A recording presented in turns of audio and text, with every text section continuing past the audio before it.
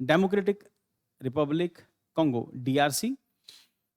पिछले 10 साल से लगभग यहाँ पर स्ट्रगल चल रहा है और जो रेबेलियन ग्रुप है M23 और डीआरसी गवर्नमेंट, इन दोनों के बीच में कई सारे लोग जो हैं वो उनको अपनी जान गंवानी पड़ी है।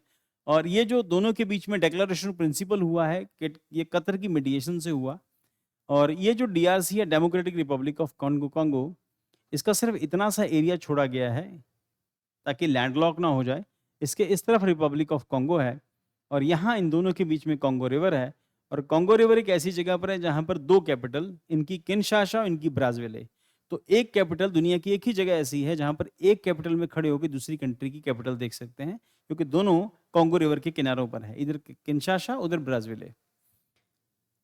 लोकेशन सेंट्रल अफ्रीका में है, equator passes through it, coast line Atlantic Ocean में है एंड बॉर्डरिंग कंट्रीज। अब इसको यहाँ से स्टार्ट करो बेटा। बॉर्डरिंग कंट्रीज के अंदर सबसे पहले यहाँ से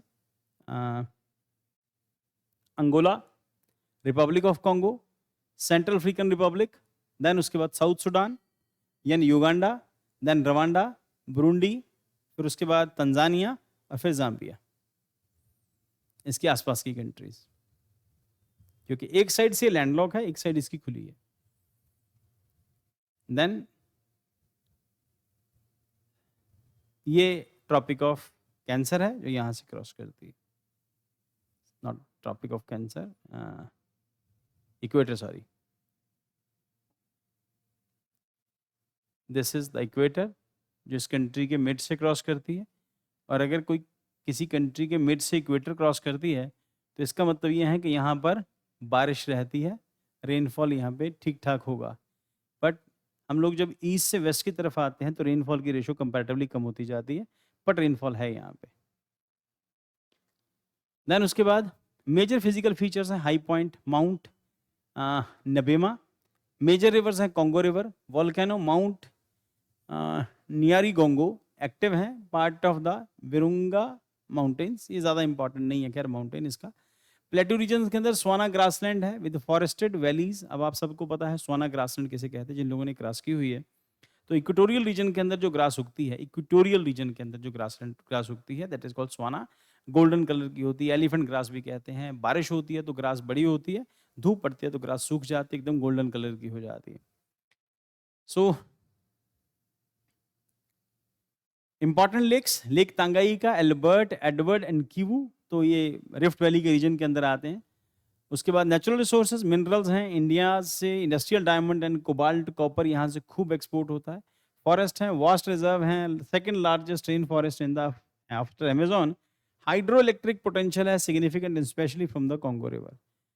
कॉन्गो में इंपॉर्टेंट है कि यहाँ पर इंग्लिश बोलते हैं कॉन्गो के अंदर। और कॉन्गो के अंदर एवरेज जो आदमी है उसकी हाइट 6 फीट है। तो इसका मतलब वहाँ पर 6 feet 10-12 inch, 6 feet 4-5 inch, 6 inch के आदमी जो हैं वो बड़ी कॉमन है। मतलब 7-7 फीट तक के आदमी यहाँ पर कॉमनली नजर आ जाते हैं। एवरेज हाइट 6 फीट है। तो 6 फीट 5-6-7 इंच से लेके 7 फीट तक के लोग यहाँ पर आपको आम सड़कों पर घूमते हुए मिल जाएंगे। इकोनॉमिक कंडीशन बहुत अच्छी नहीं है, बहुत कम पैसे के अंदर लोग जॉब करते हैं और इकोनॉमी बहुत स्ट्रांग नहीं है, बहुत सस्ती, मतलब इनकी इकोनॉमी बहुत सस्ती है। सस्ती मतलब अगर आप मार्केट में कुछ खरीदने जाते हैं तो नोटों का थैला लेके जाना पड़ता है आपको। कॉन्गो की ये कंडीशन है, करेंसी की वैल्यू बहुत कम है इसकी।